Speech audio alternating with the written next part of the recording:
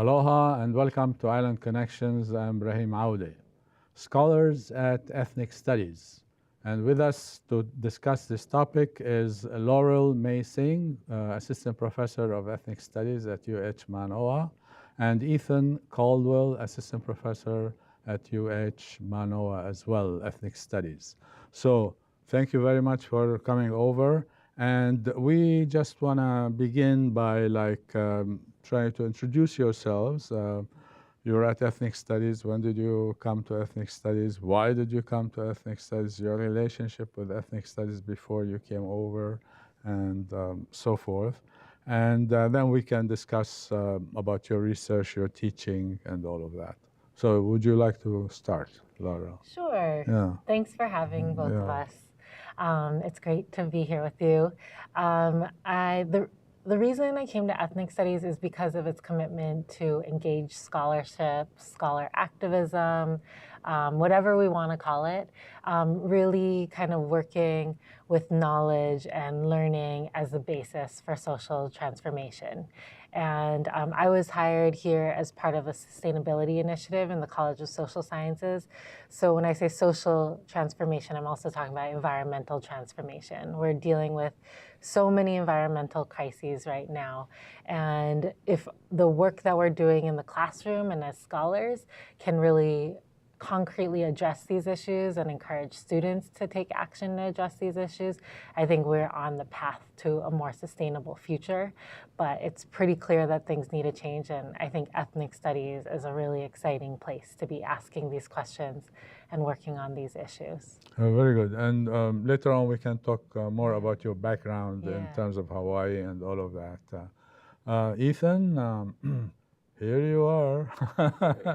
In Ethnic Studies in Hawaii at Mānoa. Yeah.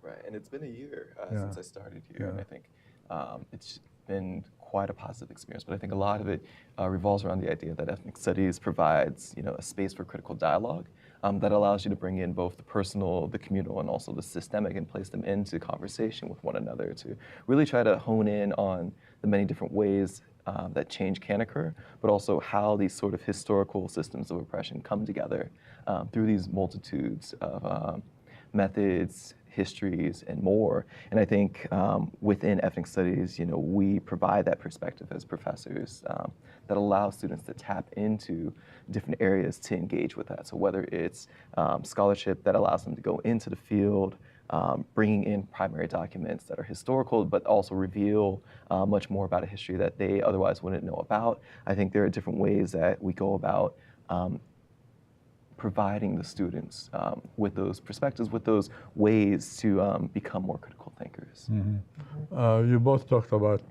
social issues, social change, and so on. Like Obama wanted social change too. I mean, so what's the difference? I'm saying, from your perspective, if I may ask this question.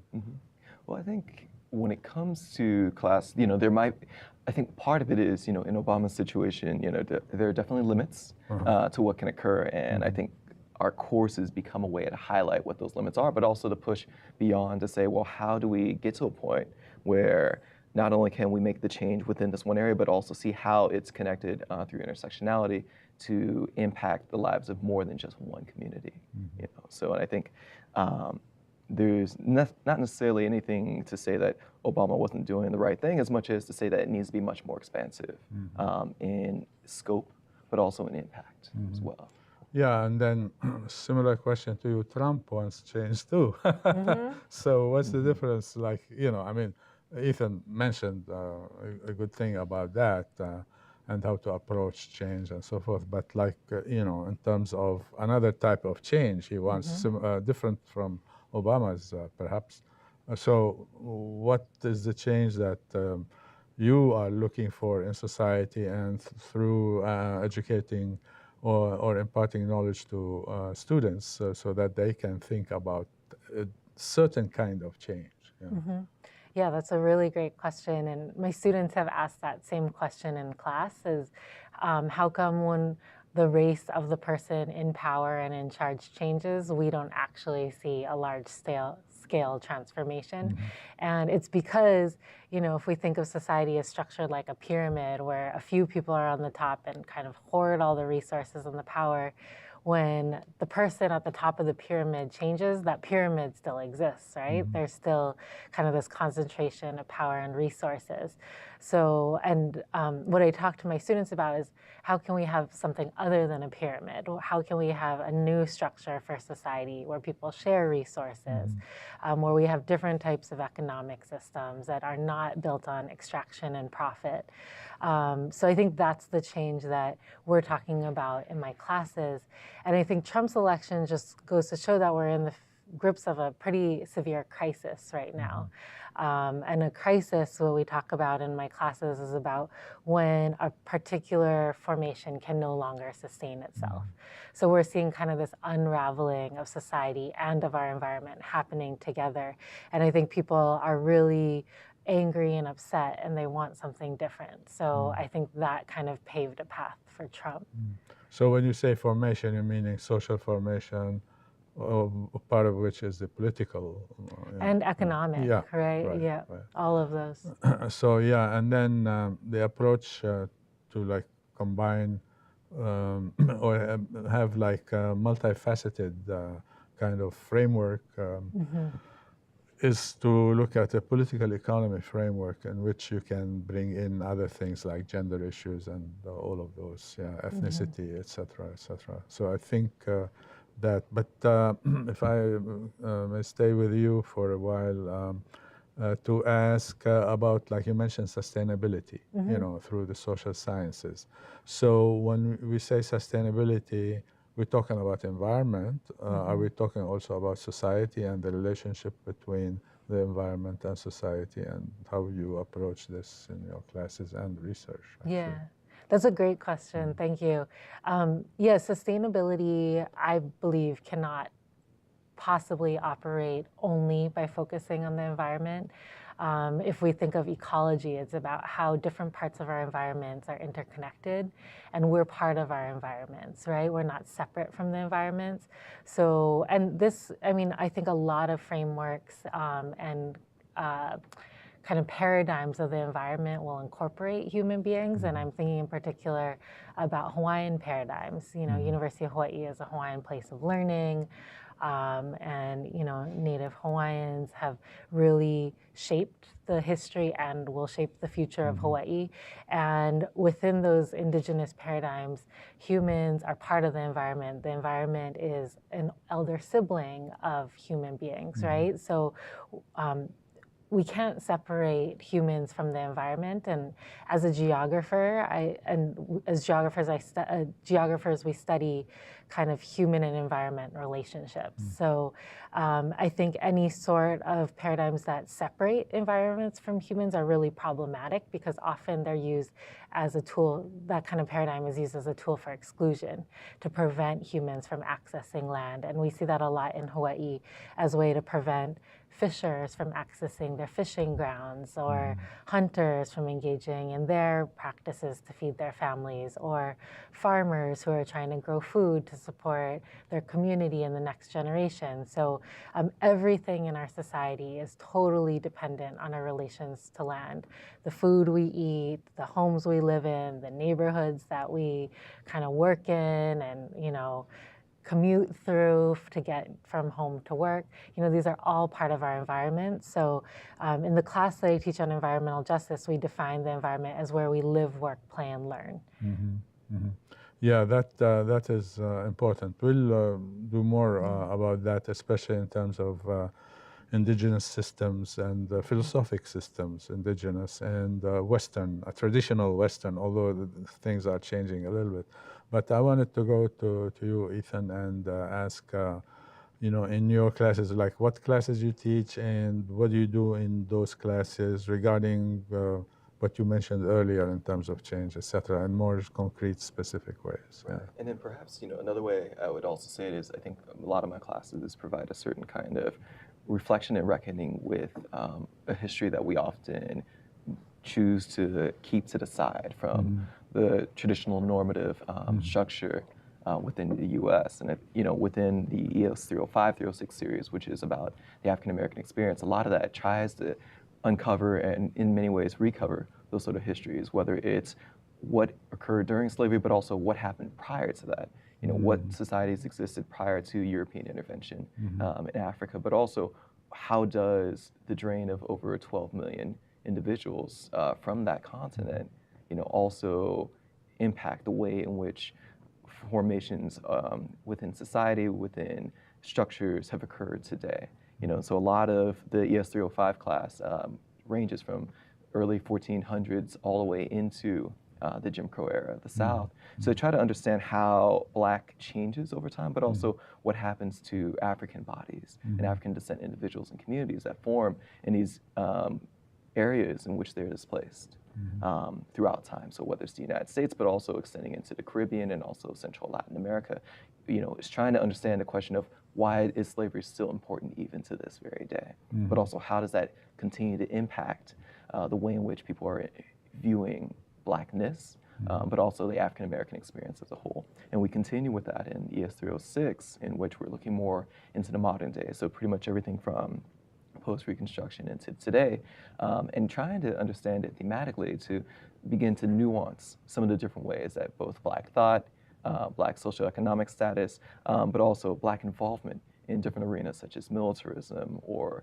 government and other parts of society become things that we can also then question much further, whether it's the idea that in order to obtain a certain level of citizenship, one must participate in these structures, but at the same time, at what cost? And that's actually where a lot of my own research comes in, where I look at the case with African American soldiers serving in Okinawa from the post-war into today, to understand what are the different ways to kind of negotiate being this Black settler, but also a colonized colonizer, in terms of participating in the military, but also oppressing those who aren't necessarily American.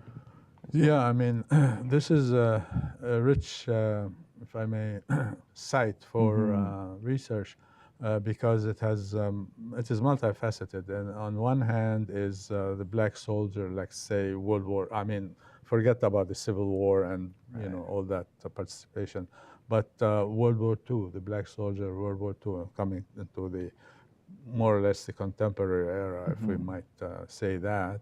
And then the role they played, and not recognized by too many people, the role they played in the civil rights movement and preparing for the civil rights movement, and then their participation in the civil rights movement. So this is one facet, The other facet is the one you talked about. I mean, okay, I'm Black, I'm a soldier, and I'm in wherever, like Okinawa or Iraq or whatever. So what does that say? Does it say like, oh, now our society is integrated? You see, everybody, women are in the army, and so to the question as, should women be in the army, for instance, I say, maybe we shouldn't have men in the army too. You know what I'm saying? Yeah. So one has to think about those kinds of things to figure out what is the role of the army, given the hegemonic relationship that the United States has with the rest of the world. You know what I'm saying? And not say, for instance, that, we now have Blacks in the army, so everything is hunky-dory now. So how would you react to that? Right, and I think there's a difference between the representation of, say, minorities, people of color, and other individuals that aren't necessarily fully represented within the United States, but also the idea of what is still actually going on, on the ground and in the field. And I think that sort of relationship and tension begins to highlight some of those experiences in which the military structure, especially abroad, begins to privilege those bodies as being able to enjoy those benefits of being an American for once. I think that's one of the constant reminders that many of the interviews that I, undertook in the field, continued to illuminate for me was this idea that here in this space abroad, I can finally be an American. Yeah. And I can finally enjoy these sort of privileges beyond just the base. But I think the next step beyond that is always, trying to become more critical and say, well, what does that also entail? And how does that come through the subjugation of oftentimes indigenous or other communities, of color that aren't seen to coincide with this American message. Or even the role of the U.S. in the world. Absolutely. I mean, in terms of, all kinds of stuff, oppression, domination, occupation, like Iraq, Afghanistan, and all of that. Although this is a different kind of, a different set of questions, but it bears on what we do in ethnic studies as well. Like in my class, it definitely bears on that.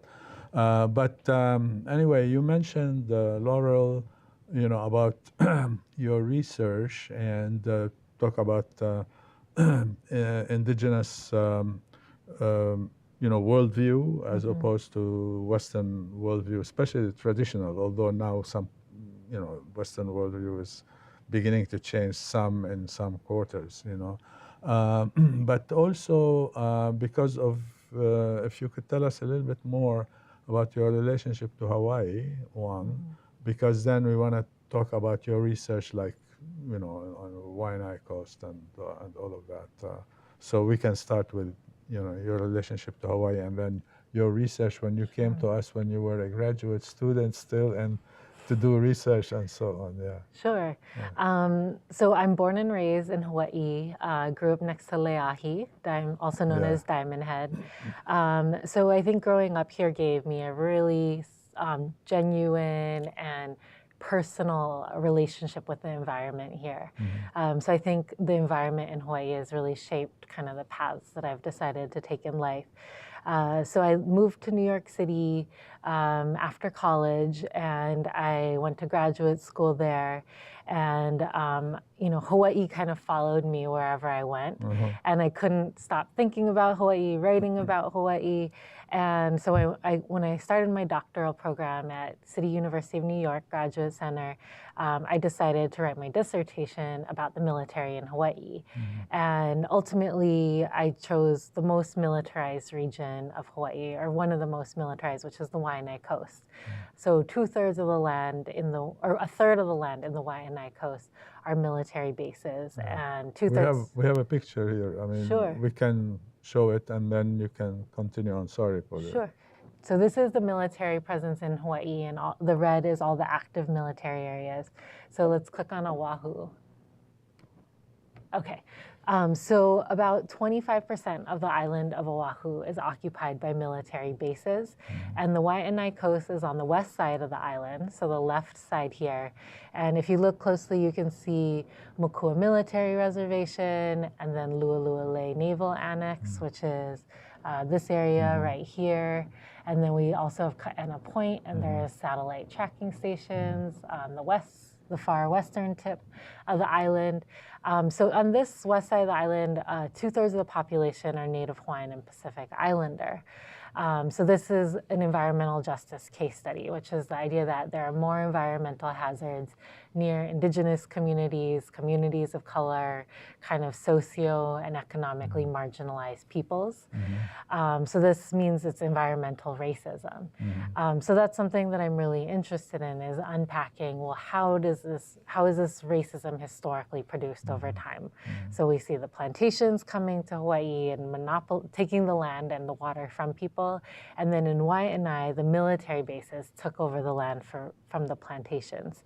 So that kind of set the stage for military occupation. So I came back in this academic year 2013 and 2014 to do my ethnographic research.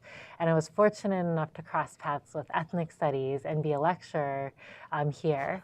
And when I came here, I told myself, and I told probably you and other colleagues, like, this is it. This is where I want to work. Like, hire me when I finish my dissertation. And then a job opened up like about less than a year after I finished my dissertation, and I was like, okay, let's see what happens. Yeah, you came up on top among many applicants. Thank you. Right, I think also it's just a really good fit. I think kind of the work that I do really resonates with the legacy of ethnic studies. I'm following in Marianne Kelly's footsteps. She's did a lot of work on the military in Waianae, and Ula Hassiger and many others. Well, we'll talk more about the relationship between military presence and the environment and sustainability and all of that. For one of the reasons is like in terms of sustainability, like producing our food, for instance. Those 25%, most of them are AAA agricultural lands, that are, used by the military, which tells you like they are out of production, of whatever it is that we want to do. But Ethan, your path that brought you to us, or brought you here, and how that fit is between your work and ethnic studies. It's for me, it's an interesting path because I think military has always been a part of my life. So born and raised in Central Valley of California, but then in the 90s, hope I'm not dating myself too much there. But you're still young, don't worry. Yeah, but as a child, I grew up with my formative years in Okinawa. My dad was stationed at Kadena Air Force Base, and it was one of the most interesting experiences that I couldn't make sense of as a kid. But there was this one incident as a child that I always came back to, which was the rape in 1995 between the 3 servicemen and the Okinawan girl, the 12-year-old. But I think the moment that stood out to me the most was seeing my dad come home that night, where he said, it had to be one of us. And that line stuck with me so long, and in many ways haunted me, for quite a while, even when I went through undergrad at UC Davis, because I still would conduct research on, say, for example, mixed race identity on military bases. But this sort of connection between mixed race, or not mixed race, but the military identity, but also the relationship between communities on and off base, in Okinawa, was something that stuck with me because of my childhood experiences, to the point that upon reaching grad school at Northwestern University, I ended up focusing my dissertation on, the relationship between Black soldiers and Okinawan civilians, and trying to understand how these community ties form or also, separate based on these histories, of militarism within the Okinawan context, but also how does that change the ways in which we're looking at Blackness, race, gender, and nationhood, and these sort of ties that are connected to indigenous communities as well. And not too long in the process, or later in the process of the dissertation, I noticed that there was a position that I felt would be a best fit, especially here in Hawaii and its close proximity, not only to Okinawa, but also with the large presence of U.S. military here, for me, made it seem as though I could do more comparative work, but also I felt that I could contribute, as much as I could, in terms of trying to understand this area much more. And so, that's good. Because also in terms of ethnic studies, we're now focusing more. I mean, we always were focusing on Hawaii, and then the rest of the world, of course, but the focus on Hawaii. Now our focus is more and more on Oceania, so Oceanic ethnic studies. It doesn't mean that you don't do other things, but that is the focus. And your work would expand on that notion or concept, and just as Laurel's, of course, because she deals with Hawaii, etc. So this is an interesting one. But if we can go back to that map, military occupied areas in Hawaii, Laurel, could we say more about this map? So the U.S. military is the largest polluter on United States territory, and most likely in the entire world. So they emit toxins into the air, water, land. So if we're thinking about sustainability and pollution, which is, I guess, one kind of inverse of sustainability, then the military is kind of one of the largest problems on the planet and their activities. And then what we also have in Hawaii is they dominate so much of the land. So if we look at Lu'ulu'ulei Valley, for example, it's the largest valley in all of Hawaii. So it's this right here, it's 9,000 acres, the base here, and it kind of connects with Schofield Barracks. So it kind of is contiguous from Schofield into Waianae, or what is now considered the Waianae coast, but actually they were like in part of the same uka, it's part of the same ahupua'a, historically, are interconnected areas. So Lu'ule'ule is some of the most fertile land in all of Hawaii.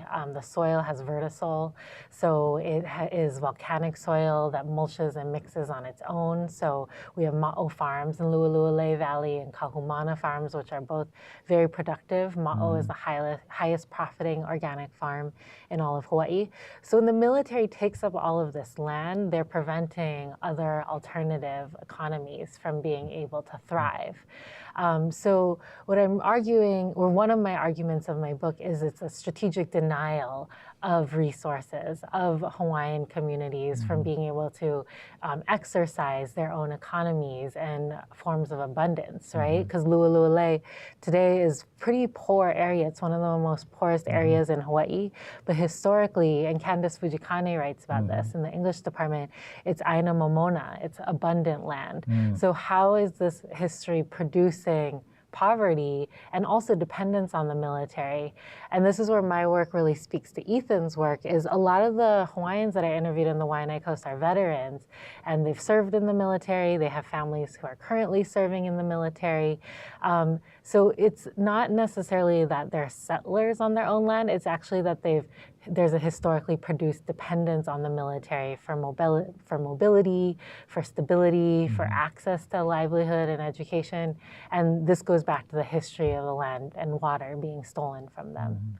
And this is like a notion of dependency. I know, like in the Pacific Island nations, the largest countries that have some kind of hegemony on them is like Aotearoa, New Zealand, and Australia. Of course, the U.S. As well, but those two. And all these island nations are dependent on what we call mirab, migration, remittances, like, you have Samoans in Auckland, for instance, or whatever, Auckland, New Zealand.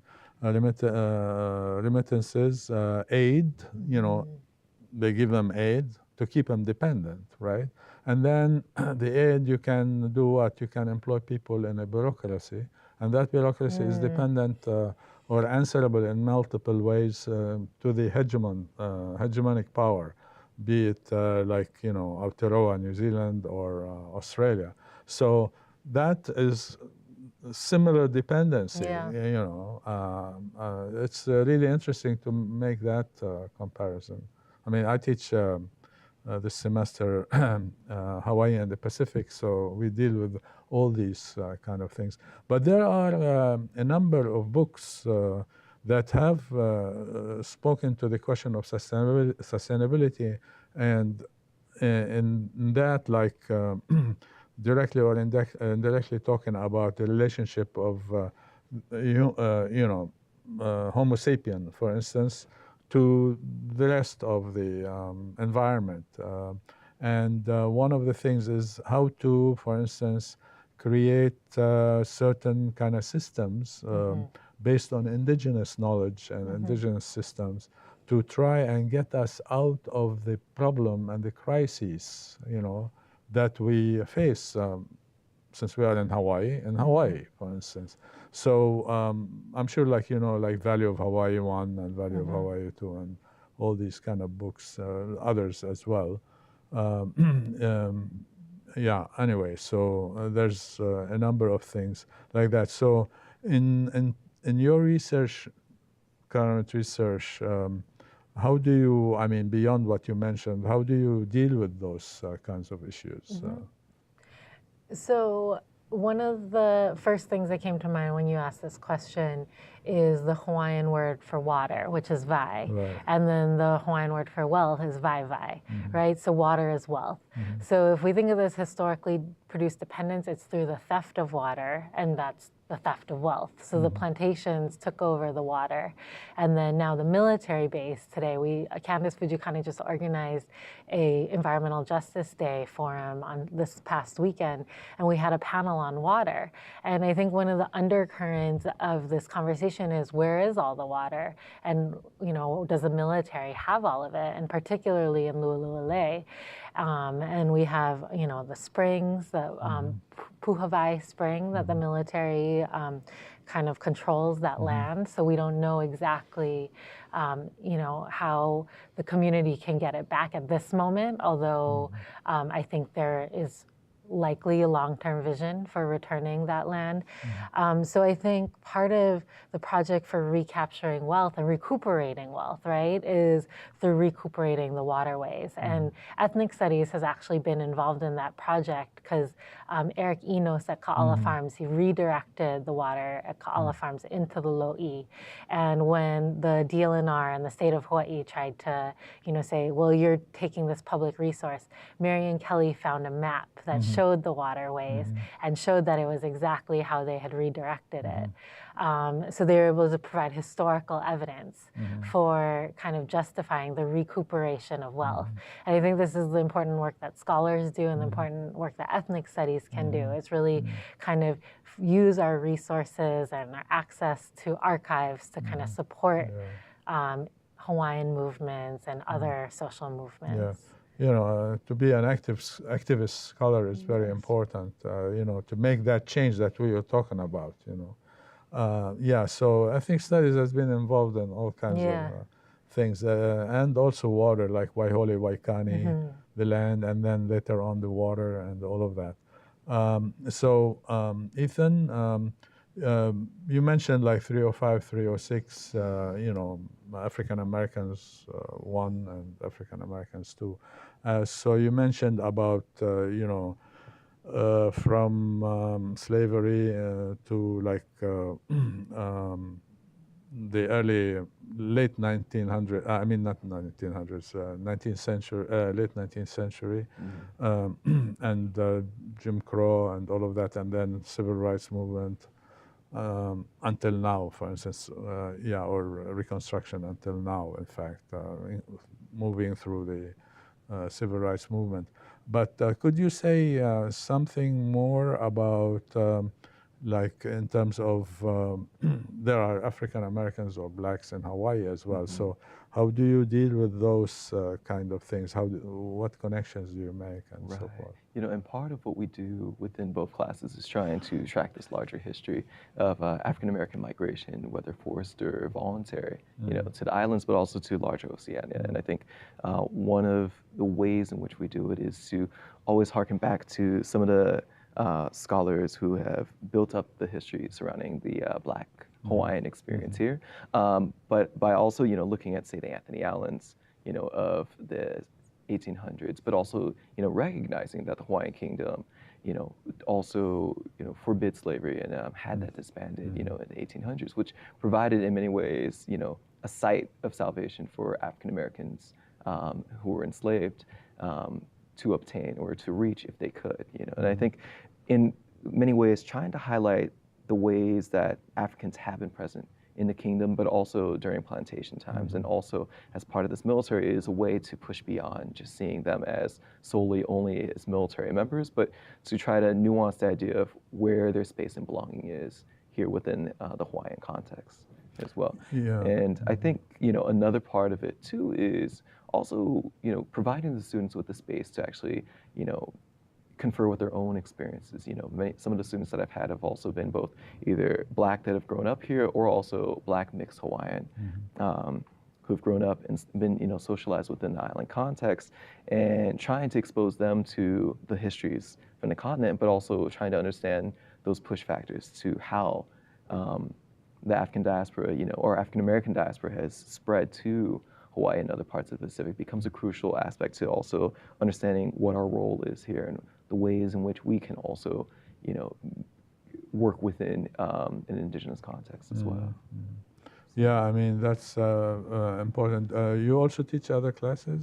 So I teach, what is it, ES 422, which is on mixed race. And so within that, we look at the continent, but also Hawaii and Japan and other spots throughout Oceania to try to understand the different histories surrounding mixed race. So looking at blood quantum, looking at the one drop rule, and trying to look at the different ways in which limits have been placed on bodies, especially as communities come together, but also how that's also been used to separate and continue to separate and even vilify both the ways in which we're looking at race, but also how we handle communities of color, especially as they come together in different sort of ways. Yeah. Later on, we can like talk about the photos you have, and then in terms of your research, etc., and maybe also like your relationship to students in terms of ESSA and the Black Students Association, etc., because I think this is important. Relates teaching to service to students beyond that, and it is a component, scholarly component as well, and especially in your case, and also the research and how they all combine together. But in a bit, because I'm interested in looking at those pictures as well and looking at them. Laurel, okay, you teach this sustainability class. What else do you teach? And so I'm teaching a class this semester as well as next semester called Race, Indigeneity, and Environmental Justice. So like I said, yeah, it's ES 308 and Sustainability 318. So we kind of start with the foundation of what is environmental racism. So it's disproportionate exposure to environmental hazards. That's kind of how it's been documented in social movements that was initiated by Black communities in North Carolina, in Warren County, North Carolina, because there was toxic dumping in their community. So it's kind of historically the convergence of the civil rights and the environmental movements. And then there was an environmental justice People of Color Leadership Summit a couple decades later, where people from all over the United States and also Native nations within U.S. territories all came together to develop principles of environmental justice. And I encourage all of you and all of your viewers to go online and look up the principles of environmental justice, which is basically total environmental and social transformation from the economic systems that we use to the kind of military industries and nuclear testing and nuclear projects of the United States. And it's basically calling for an upheaval of everything that we know to kind of work for a future that's not just sustainable, but it's also just for people. Yeah. Because as you were beginning to talk in terms of environmental racism, even when you mentioned it before, I was thinking about the Pacific. I'm teaching a course on Hawaii and the Pacific. And that is like the nuclear testing in the Pacific, Why didn't they like test it, I don't know, Washington State or something like that? I know they did some in Nevada and so forth. But that's an interesting one. And can I just add something here? Because I hear that a lot in Waianae, like, well, why does the military need to have Makua? Why can't they have some other land? And the demilitarization activists that I work with, including Kyle Kajihiro and Terry Keko'olani, our response is not here, not there, and not anywhere. No, I know. But in terms of environmental environmental racism, they choose areas like the Marshall Islands, Bikini, Eniwetok, and so forth, these atolls, to do their testing. The French, in French-occupied Polynesia, they do this. They did the same thing. They stopped the Brits before, and so on. So on that one, they choose certain things, like because it was purported, like Henry Kissinger said about the Marshallese. Who cares about them? There are only 90,000 people, and stuff like this. So they are like, dispensable, I mean, so that is something that I'm talking about. But of course, I agree completely. I mean, there should be no testing anywhere. there should be no environmental degradation anywhere, you know, and all of that. But even in areas on the continent, they might use like areas that are not like upper class areas, etc., where they do dumping, you know, or African Americans, you know, in this case. You know. So that's what I was thinking about. We'll go to Ethan, since I'm also interested in your take on those pictures, how you can like explain them to us, what do they mean, and all of that, and we go from there. Yeah, so part of what I'm also interested in is understanding the different ways we can expand the kind of resource material we use within ethnic studies, and especially within my own manuscript work, by using photography, using the image to also provide not only context, but also discussion surrounding issues that need to be highlighted or also elaborated upon much further. And I think there's a certain way that the image can speak to people in a way that may also be different and also accessible, or in a different sort of accessible sort of way compared to the written text. And I think a combination of these kind of help provide not only perspective, but also open up the discussion to individuals that may otherwise, you know, be excluded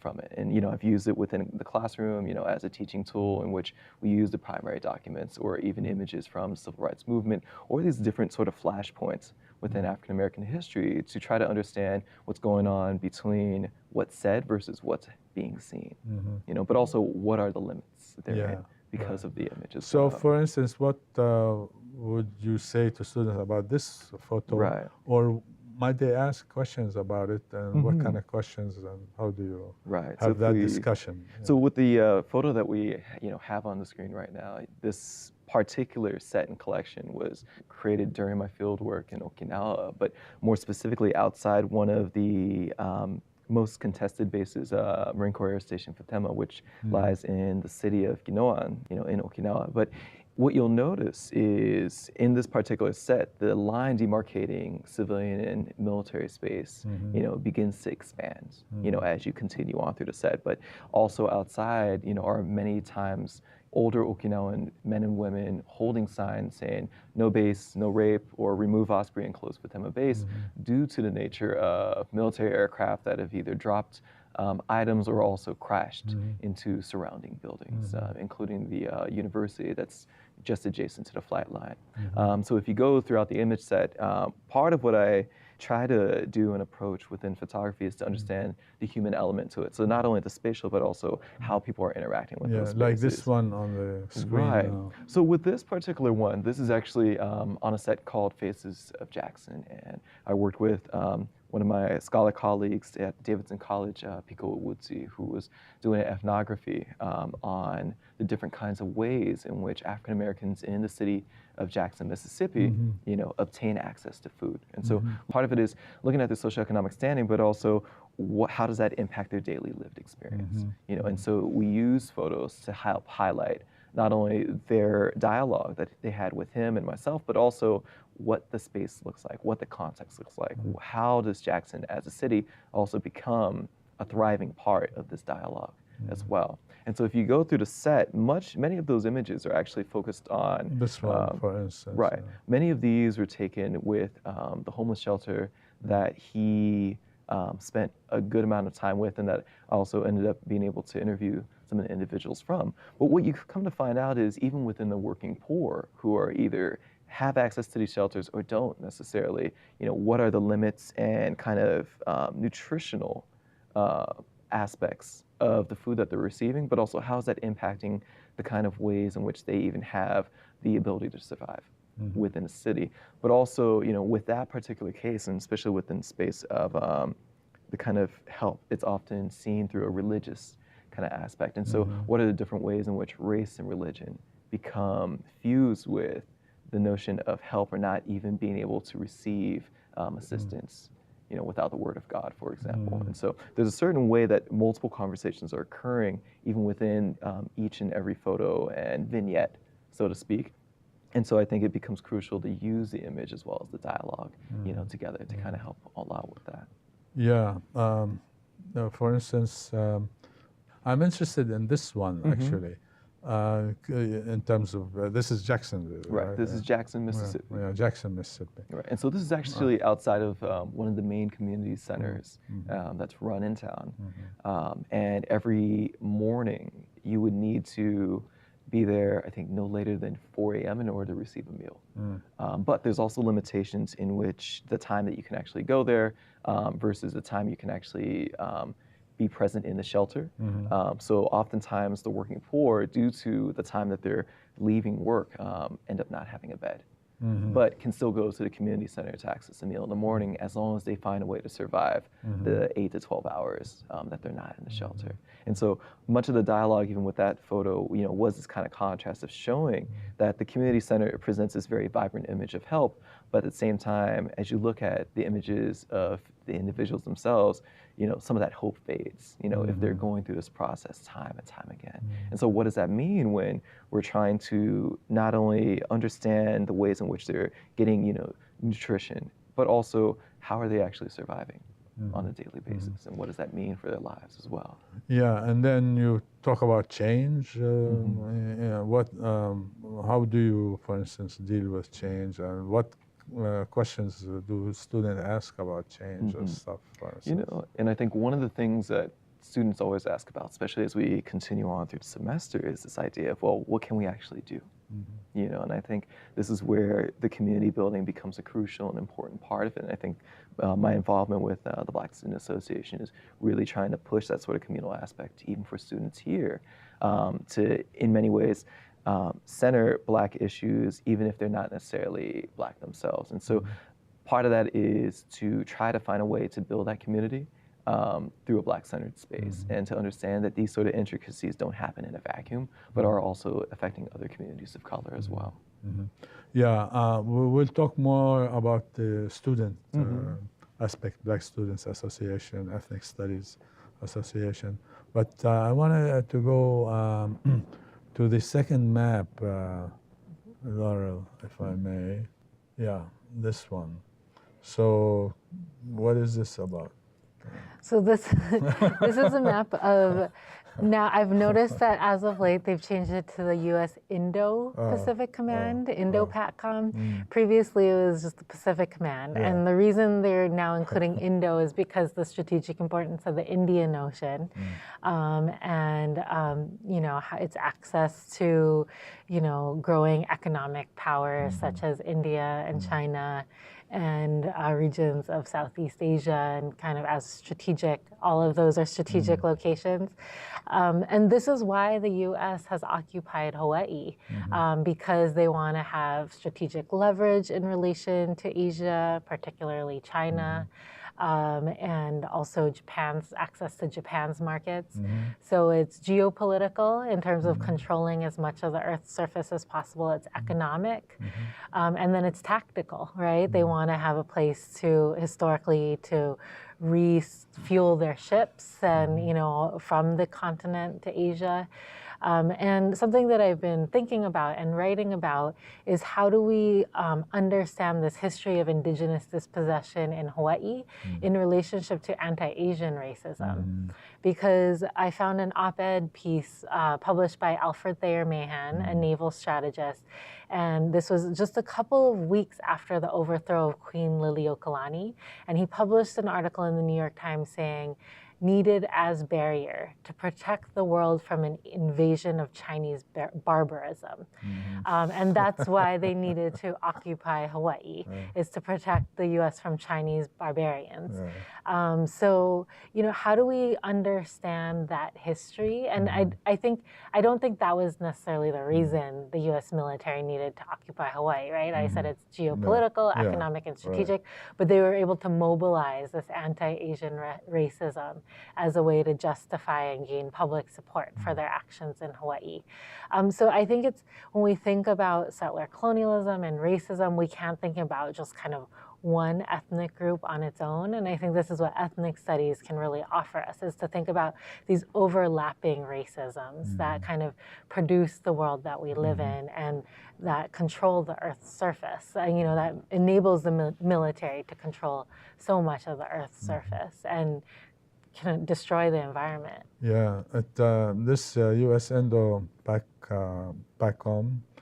reminds me of how there was the European Command, and under the European Command there was troops that deal with Africa.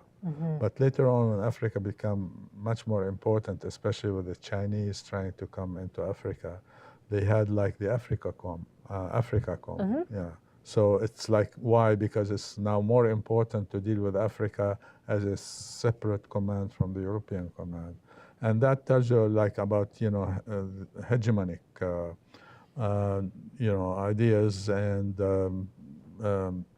interests of the United States to dominate sea lanes, all kinds of things, to have those kinds of resources, natural and otherwise, and trade routes, of course, and all of that.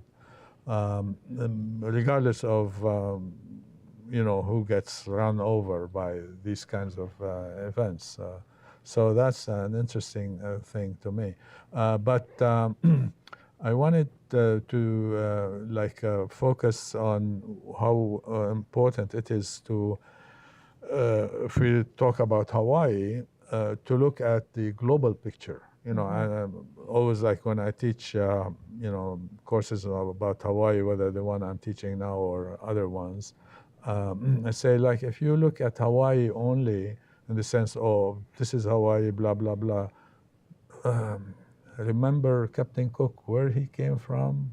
What was he carrying? I mean, in terms of ideas, and thoughts and philosophies and all of that, It's like Occidental philosophies, Occidental world outlook, etc. So look at that, and then if you want to fight those kinds of racisms, etc., and that kind of domination, you got to look at Hawaii as part of the global picture, and short of that, you're gonna be shortchanging yourself. That is, I think, an important thing. But I wanted to go back to Ethan to say more about Black Students Association and what they do. Okay, I mean, you're the advisor, Right. So what they do, and in terms of Hawaii, one, in terms of, understanding the larger picture, like, the global, for instance, and how their activities, given their understanding of the global and the local and their relationship, how that might impact their or influence their own activities, etc. Okay, so that's one question, maybe. Okay. Yeah. Yeah, I think, one thing to keep in mind with the Black Student Association is in many ways it's still new. It's only been, constantly growing within the last few years. There have been many different iterations of it in prior years, even in prior decades. But I think part of it is there's always been a need for a space for Black students on campus to try to understand, what it means to be Black in Hawaii, but also, especially as an academic, and for those who aren't necessarily from Hawaii, to be in conversation with those who have been born, raised, and grown up here as well. I think, in many ways, as a space that centers Black issues, it also becomes a way for a lot of students to find not only their place here on campus, but also to understand the relationship between the continent, Hawaii, but also in relation between Black and Hawaiians as well. And I think, the different ways in which they've done that is to, look at the different ways they can also partner with, say, indigenous groups, or even participate in community building events such as volunteering at the Lo'i, or also understanding different aspects of Hawaiian culture, through their partnerships with other groups on campus. Another larger thing that they've done too is to recover some of the history surrounding Alice Ball, who they've named their graduation, the Black graduation event after. And part of that is to also, understand that there have been African Americans here within the UH context, even in the early 1900s, but also to recognize their accomplishments, even if those accomplishments had been taken by their advisors, published under their own work. Yeah. Good. I was thinking about what you said regarding how you mobilize racism to really do hegemony, you know, in terms of they are black and we are white and we should, they are barbarians or whatever, you know, or whatever the narrative today is similar in the sense that actually because people look, you know, at different races, etc. So and there's a history of racism in the United States, and it's like political, economic you know, underneath it all. But you use that white, black, for instance, to mobilize people. So how that actually is for U.S. interests, and if race doesn't work, we can get religion, you know, to mobilize people in terms of religion, like Muslim, Christian, or Catholic and Protestant, or whatever it is. And we have those kinds of histories in the U.S., right? So I just wanted to say that actually underscore what you said, that underneath it all is, in fact, political, economic interests and hegemonic interests. You know, so that's one thing that we should keep in mind, you know. But also in terms of going back to sustainability, etc., how like it is important to deal with indigenous knowledge, to try, and I mentioned that before, but I want to underscore it again, how to, you know, deal and understand indigenous knowledge to solve many problems that we have here, whether it is like in terms of how you zone things, you know, agriculture, Act 2, whatever, how you relate like the question of sustainability and make it like an important component to think when you think about economic development and even political development and that. So do you deal with those kinds of issues in terms of like creating change, like how you develop, you know, given that environmental component? Yeah. Yeah, I mean, what I found in my research in Waiʻanae is that people are going against dominant political economic systems in their kind of subsistence practices. They're working with dominant economic systems.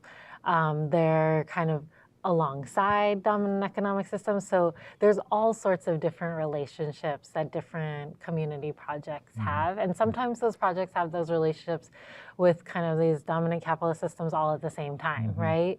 So I don't think there's any kind of perfect model or perfect solution. But I do think we're in an intensely neoliberal time if we want to talk about kind of the ascendance of the corporations and of capitalism, you know, where wealth is concentrated in the hands of so few. So I think kind of the challenge right now is to figure out how do we come up against these kind of dominant, oppressive economic systems and forge alternatives at the same time. So that might mean reforms that are kind of within an existing system, but they don't reify and uphold it. And I think the Hawaiian worldviews are really central, and I think there's also a necessity to have kind of active political campaigns to work for a better future for Hawaii. Yeah, I mean that's an important thing. You know, any final word about change, Ethan? You know, in your teaching and so on.